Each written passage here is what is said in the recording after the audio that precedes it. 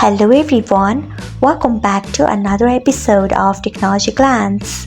Today in this video, I'm going to guide you through how you can disable AdGuard Japanese filter on Brave. So let's get started. Firstly, open Brave browser in your device. Then tap on three dots icon. Next tap on settings.